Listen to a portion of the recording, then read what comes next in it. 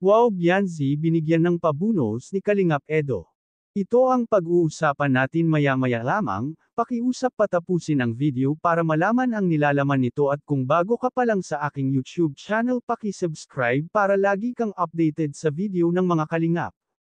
Isang mapagpalang araw sa inyong lahat mga Kalingap at mga K-viewers. Sobrang dami na nagaganap ngayon sa EDSA, marami ang naninira dito katulad na lamang ng isang vlogger na talagang sinisiraan si Bianzi sa kanyang mga vlog. Bakit nga ba binabash si Bianzi at sinisiraan ng vlogger na ito? Ano ang nagawa ng kasalanan ni Bianzi at ayaw tantanan ng basher na ito?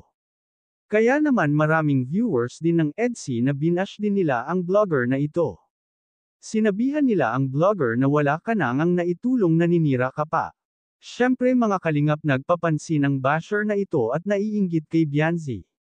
Dahil sa mga natatanggap na blessings ni Bianzi, tingnan nyo naman ang nangbabash kay Bianzi, halos hindi mawari ang hitsura tapos yung binabash niya ay napakaganda kaya dito natin malalaman na naiinggit lang ito sa mga nangyayari sa buhay ni Bianzi. Dahil si Bianzi ay maraming sponsor at mga supporters samantala itong vlogger na basher ay wala. Kung dati ay medyo naaapektuhan si Bianzi sa mga pangbabash ng mga basher pero ngayon ay binaliwala niya na lang ito. Lalo na ngayon na meron na itong karamay sa anumang unos na dumating sa buhay niya. Dahil nandito nga si Kalingap Edo na laging nakaalalay kay Bianzi at alam naman natin lahat na hindi pababayaan ni Kalingap Edo si Bianzi. Kaya bakit pa manghihina si Bianzi sa mga ganyan bagay, kumbaga bakit niya papansinin pa ang mga naninira kung wala naman itong ambag sa kanyang buhay? Kaysa naman iisipin pa niya ay lagi na lang niya itong dinadaan sa mga ngiti at talagang hinahasa na ni Bianzi ang kanyang sarili dito sa pag-charity vlogger para masubukan niya kung gaano siya katibay pagdating sa pagbablog. Alam naman natin na mahirap ang maging charity vlogger dahil iba't ibang tao ang iyong makakasalamuha.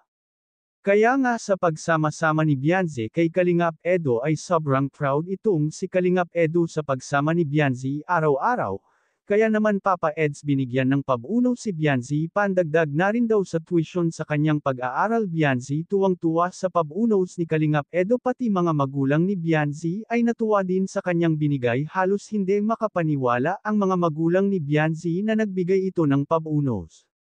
Hanggang dito na lang muna ang update ko mga ka-viewers, huwag natin kalimutan suportahan ang ama ng Kalingap na si Val Santos Matubang at ang kanyang anak na si Kalingap Rab at ang munting channel kong ito. Maraming salamat po, God bless sa inyong lahat.